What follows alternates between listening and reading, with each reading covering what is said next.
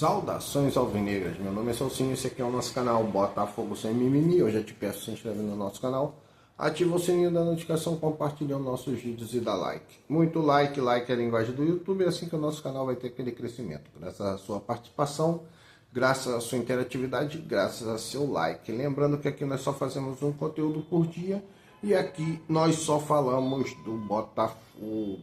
Hoje é segunda-feira, dia 15 de setembro, e nós estamos aqui para dar continuidade aos nossos vídeos. Esse é o nosso vídeo pós-jogo, isso mesmo. Ontem o Botafogo enfrentou São Paulo no Morumbi pelo Campeonato Brasileiro. E o resultado, 1-0 São Paulo. Fomos derrotados e com isso caímos uma posição, né? Caímos para sexto colocado porque o Mirassol venceu seu jogo, venceu contra o Grêmio e acabou passando, inclusive, não só o Botafogo, mas também passou o Bahia. E o Mirassol agora é o quarto colocado, fazendo uma excelente campanha. Mas o que importa é o Botafogo. Bom, você deve ter visto ontem, no nosso vídeo pré-jogo, né, nós demos a nossa escalação, e eu falava, você lembra? Se você viu o vídeo, você viu o que estava lá, o conteúdo, né, que nós postamos. E eu peço desculpas também, porque nesse vídeo de ontem eu não fiz aquela capa, né? Aquela capa com a chamada, com os assuntos que nós iríamos tratar. Inclusive, você também sabe que nesse vídeo eu comentei sobre 8 possíveis jogadores, né, brasileiros. Eu só estou pesquisando jogadores brasileiros. Ontem é que eu vi porque eu já tenho esse jogador em mente, né, para o lateral esquerdo, que é o Esquivel. Eu tô até com a relação aqui, porque como eu falei para você, o nosso canal ele busca, né, busca ali alguém. Não adianta você falar que contratou errado, que se você não dá uma opinião, contrataria quem? Né? Eu sempre falo isso, tá tudo bem, contratou mal, mas contrataria quem? Quem seria o seu jogador ali preferido para aquela posição? E aí eu falo com você, vai aqui nos comentários e fala lá, ó, eu gostaria desse jogador, eu vou lá pesquisar, eu vou lá ver. Então, ontem eu falei sobre os laterais direitos, que só tinha brasileiro, mas como eu já tenho esse lateral esquerdo já há algum tempo, na minha visão, né, no meu entendimento de futebol, e aí nessa questão de lateral esquerdo eu coloquei um a mais, que seria o Lucas Esquivel, e é o meu favorito, Lucas Esquivel do Atlético Paranaense. Já comentei também que o Atlético Paranaense não vai subir. Ele não vai subir para a Série A. É muito difícil o Atlético Paranaense conseguir o acesso à Série A. Então, seria uma boa oportunidade, uma vez que na Série B o faturamento é bem menor, né? A premiação é bem menor. E você teria ali condições de buscar esses jogadores. Inclusive, falei também sobre João Cruz, né? É um volante, segundo volante, se não me engano, inclusive. Bom, então, hoje eu vou te dar aqui nomes. Eu já pesquisei também ali pelo Transfer Market, já tenho os banners deles, né, com algumas informações.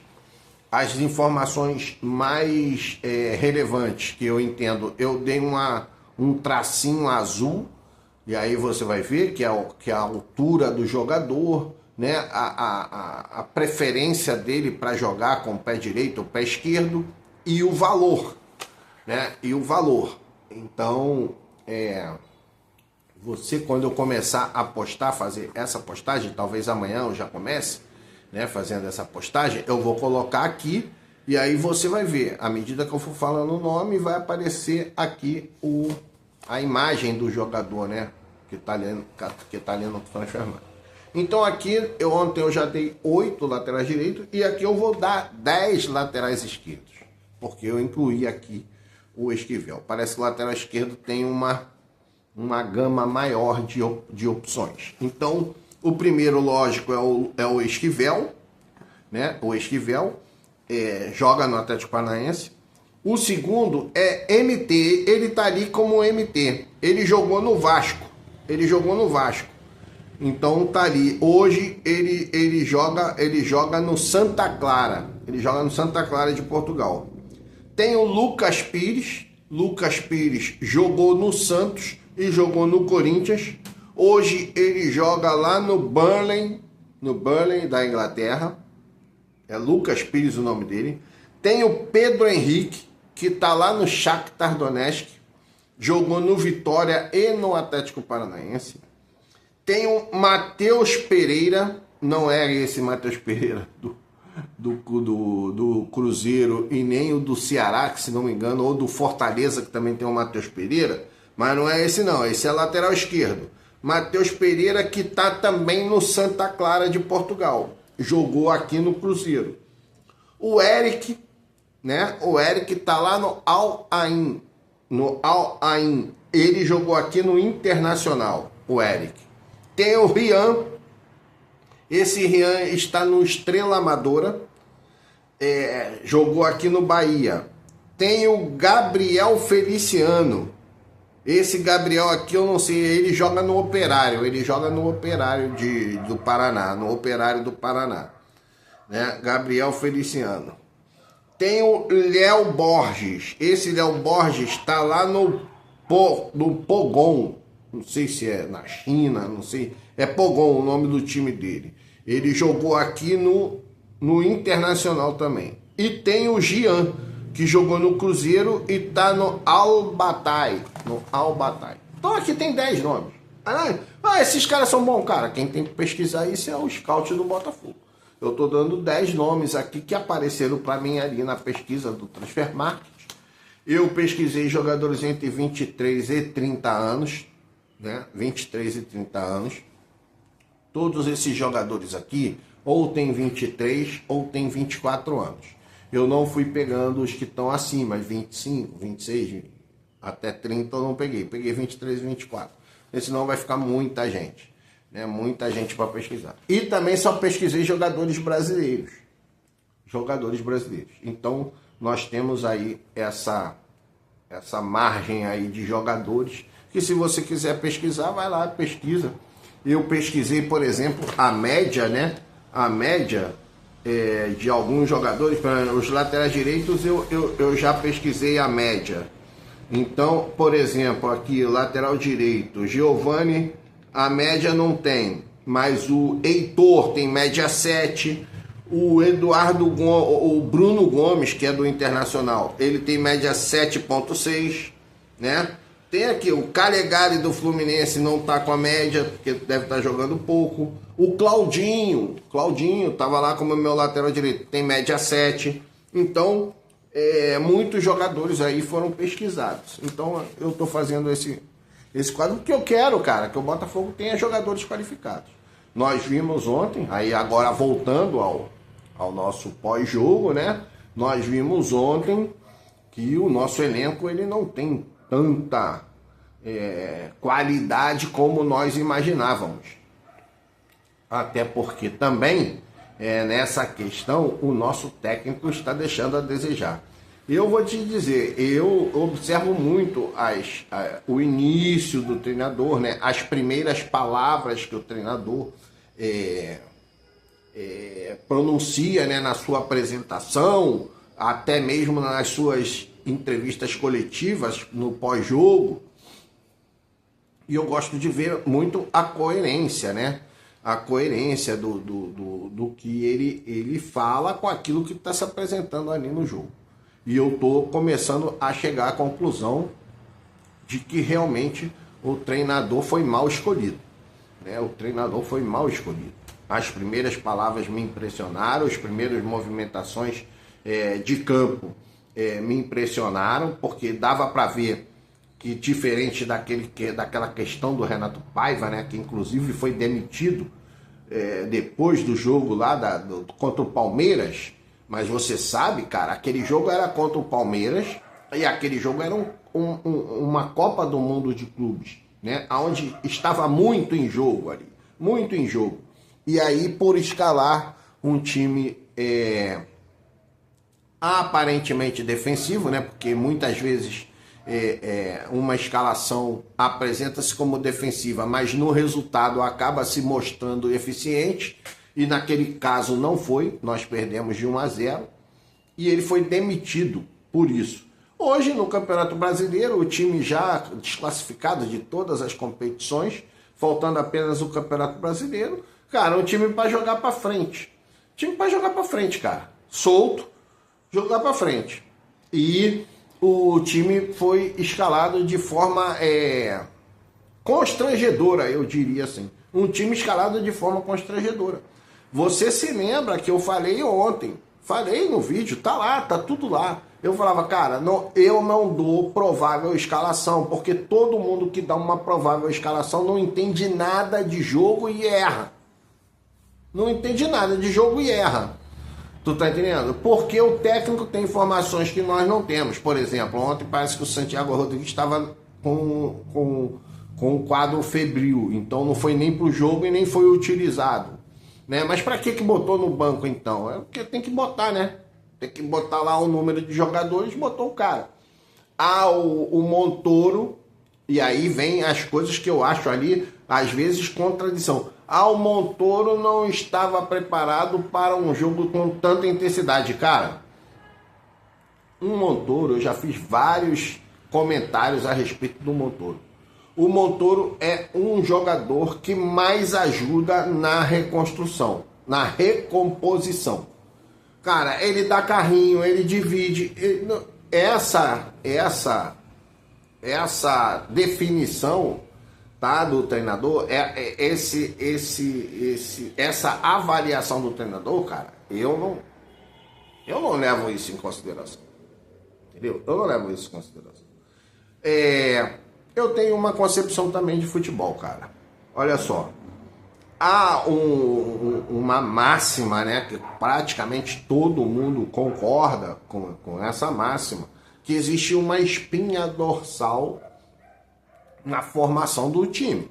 É um goleiro, um zagueiro, pelo menos, um dos zagueiros experientes, comandante, confiável, um volante da mesma forma, confiável, o articulador, o camisa 10, tem que ser um jogador que tenha capacidade de arrastar o jogo, de arrastar o adversário.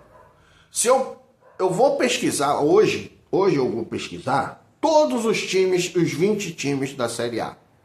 E vocês vão ver. Cara, o Juventude tem um Nenê. Às vezes joga com o Nenê, por quê? Porque o Nenê joga como um 10 de arrasto, aquele 10 que confronta. Você vê o Flamengo tem uma Arrascaeta. Você vê o Fluminense agora joga com o Lúcio Acosta.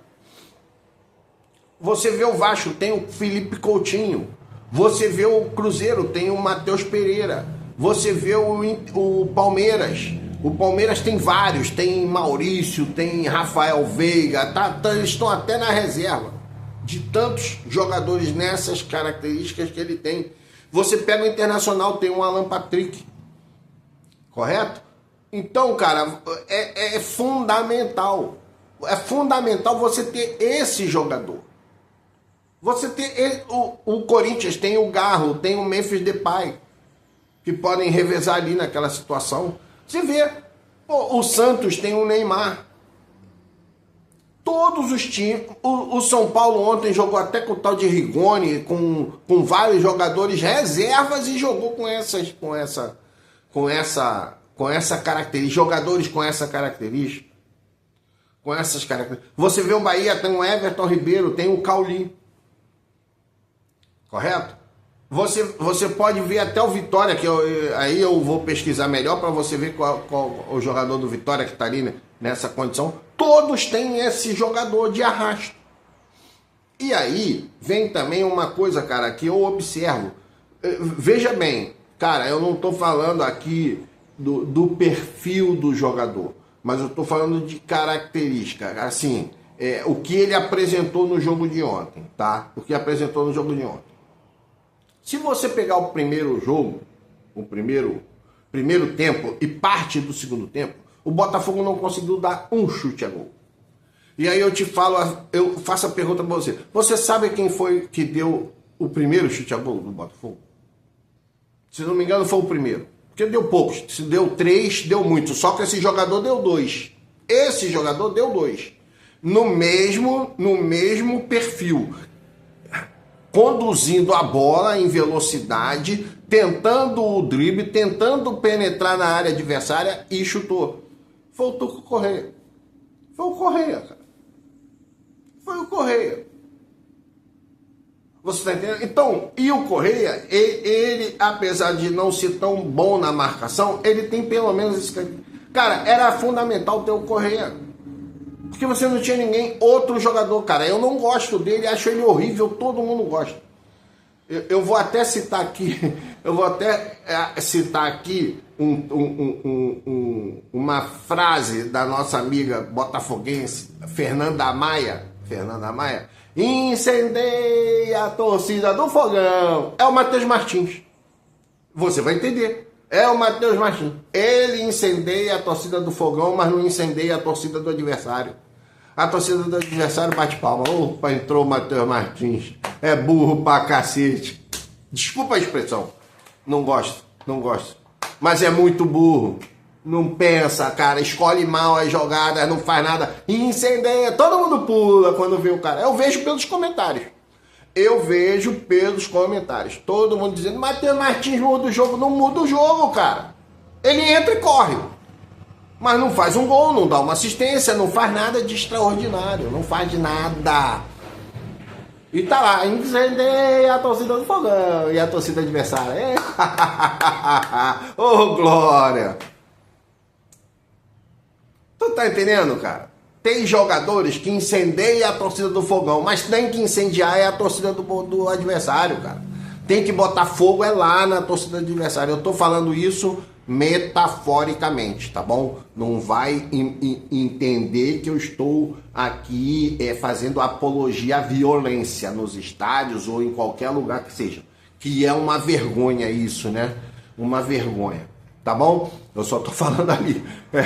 Entendeu? Metaforicamente, incendeia a torcida do Fogão, mas a torcida do adversário não tem incêndio. Não tem incêndio na torcida do adversário, eles gostam.